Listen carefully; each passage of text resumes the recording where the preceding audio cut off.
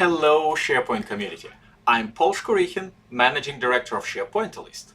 Microsoft recently released the new Agent Link web part, and as a developer, I was excited to explore not just how it works, but what's happening under the hood. Let's start with a quick overview. You can add Agent Link web part to any page and simply choose the agent you want to work with. It's simple and efficient. Just click on Agent button and it will open Copilot pane with the agent you selected. But what if you want to implement the same functionality in your own web part? Until now, that wasn't possible. Let me show you how we can make this work in our Navigator 365 web part. First, let's search for all agents available in our tenant. Now watch this. When I click on an agent, it opens directly in a side panel, allowing us to interact with it without leaving the current screen. As you can see, it responds very quickly. Now let's try a different case. I'll open all Word and PDF documents,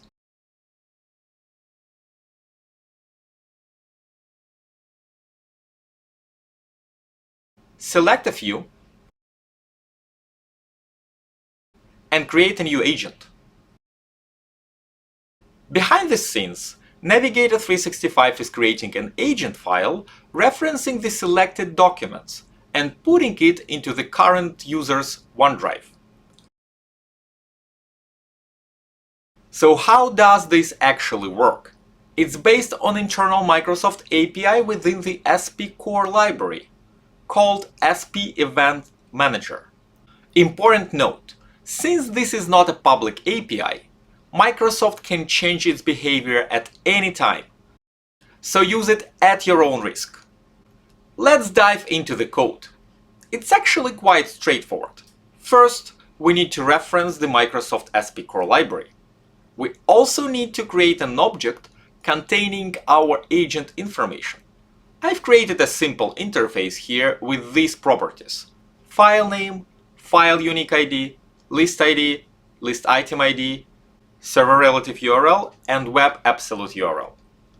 Here is an example with populated properties. Keep in mind that you can reference agent files from anywhere in SharePoint, including OneDrive. However, we still can't reference default site agents since they are not currently represented as files. The rest is even simpler. We reference the SP core object as any because we are accessing an internal API. After creating the SPEventManager object, we call the raceStickyEvent method with two arguments: the event name SPPages.toggleCopilotPane and our agent info object as the event argument. This opens the Copilot pane with the correct agent. If the panel is already open, it simply loads the new agent. Elegant and simple. I'm pleased to see Microsoft taking steps to make these integrations easier. While this is currently an internal method, I hope it will become available in some way as a public API soon. Thanks for watching. I hope this inspires some creative solutions from the community.